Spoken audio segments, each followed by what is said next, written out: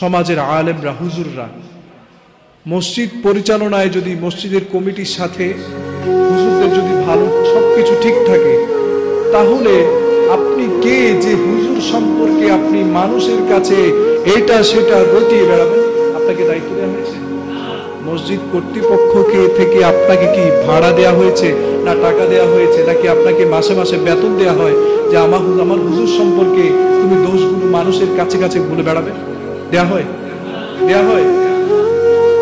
এক্ষেত্রে আপনার লাভটা কি?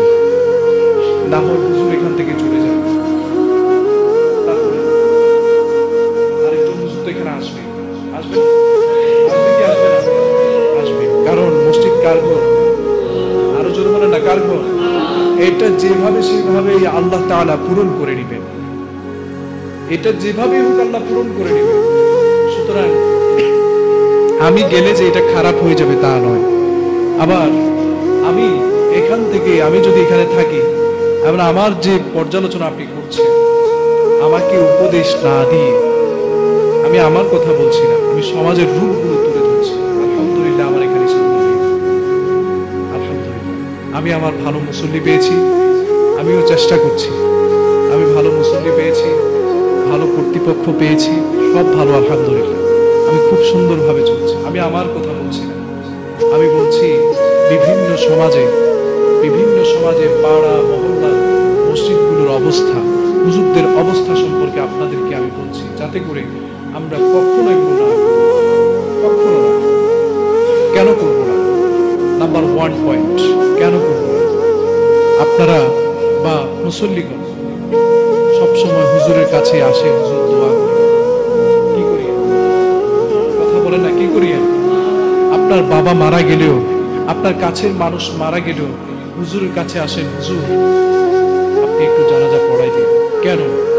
কারণটা হচ্ছে আপনি হুজুরকে এটা মেনেছেন যে হুজুর যদি আমার বাবার জানাজাটা পড়ায়, হুজুর অনেক পরহেজগার মানুষ, 5 ওয়াক্ত নামাজ পড়ে এবং পড়ায়, সুতরাং আমার থেকে অন্তত পক্ষে হুজুর একগুণ হলে ভালো আছে। কথা বলেন না কেন? এখন সেই ক্ষেত্র বিশেষে হুজুরকে আপনি ভালো জেনেই, ভালো হবে জেনেই, হুজুরের দোয়া আল্লাহর কাছে কানেকশন জেনেই, হুজুর রাসূল সাল্লাল্লাহু আলাইহি ওয়াসাল্লামের ওয়ারিস জেনেই কিন্তু আপনি আপনার বাবার, আপনার প্রিয়জনের, আপনার প্রিয় ব্যক্তিত্বের জানাজাটা হুজুরকে দিয়ে পড়িয়েছেন, ঠিক না ব্যাঠিক? এবং আপনার জন্য দোয়া, আপনার প্রিয়জনের জন্য দোয়া, এবং আল্লাহর কাছে যাওয়ার জন্য আপনি হুজুরের কাছে দোয়া চান। কেন? কারণ আপনি জানেন হুজুরের সাথে হয়তো আল্লাহর সাথে একটা ভালো কানেকশন। কথা বলেন না কেন? আছে। এখন আপনি জানেন হুজুরের সাথে হুজুর দোয়াগুলো হয়তো কবুল হতে পারে, সম্ভাবনা আমার থেকে বেশি। কিন্তু একটু কি চিন্তা করি না আমরা? হুজুর দোয়া করতে পারে, হুজুর কি বদদোয়া করতে পারে না? কথা বলেন না আপনারা, হুজুর কি বদদোয়া করতে পারে না? হুজুর কি বদদোয়া করতে পারে না? বদদোয়া করলে দোয়ার মতো কবুল হবে না, হবে না? হুজুরের দোয়া যেমন কাজে লাগতে পারে, বদদোয়া কিন্তু 3 গুণ স্পিডে কাজে লাগে। কথা বুঝতে পেরেছেন? আপনি না, আপনি আমি সবার ক্ষেত্রে বলছি, মানুষের মনে কষ্ট দেবেন। আবার এটা গেল একটা পয়েন্ট। আবার যে হুজুরের নামে আপনি দোষ দিচ্ছেন, যে হুজুরের কথা আপনি বলছেন, দোষ ঘাটছেন, মনে রাখবেন সে হুজুর যদি কোনো রিজিক পায়, সে হুজুর যদি বেতন পায়, হাদিয়া পায়, আপনি যদি সে হুজুরের নামে যদি সমালোচনা করেন, হুজুরের বেতন কেটে কি আপনাকে দিবে? কথা বলে দিবে? আপনার লাভটা কোথায় হচ্ছে? কোন জায়গায় লাভ হচ্ছে? কোন জায়গায়? আপনাকে কেউ টাকাও দিচ্ছে না, হুজুরের বেতন কেটেও আপনাকে দিচ্ছে না, হুজুরের বদদোয়া আপনি পাচ্ছেন, তাহলে লাভ না ক্ষতি? কথা বলেন না, লাভ না ক্ষতি? ক্ষতি নিজের ভালো কিন্তু কে বুঝে? আমরা কেন বুঝি? তার মানে বোঝা যাচ্ছে আমরা এখন বর্তমানে এতই নিকৃষ্ট হয়ে গিয়েছি, আমাদের মতো নিকৃষ্ট এখন বড় বড় মানুষরাও করে না, বড় বড় ইনসানরাও করে না।